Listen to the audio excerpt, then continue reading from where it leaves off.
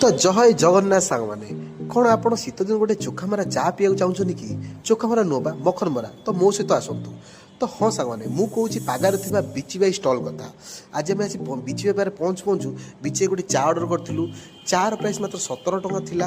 चाटा मगो मुगो आम गोटे यूनिक जिनस देखा पाइलु जो यूनिक जिनटा हूँ आपड़ से निजे इनवेस्ट करेंगे आ निजे पैसा हाथ काढ़ी आड़े चा गोटे धरी आम पलि आसलु बाहर को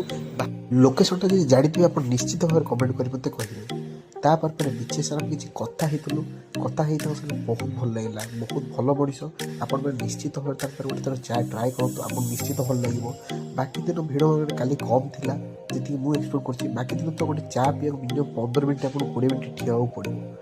चा भी हो चा पी बहुत सुंदर लगे बिचे से कथा भी बहुत सुंदर लगे तो भिडियोटा केमी लगे सर निश्चित जनइबे देखा नेक्स्ट ब्लॉग में जय जय।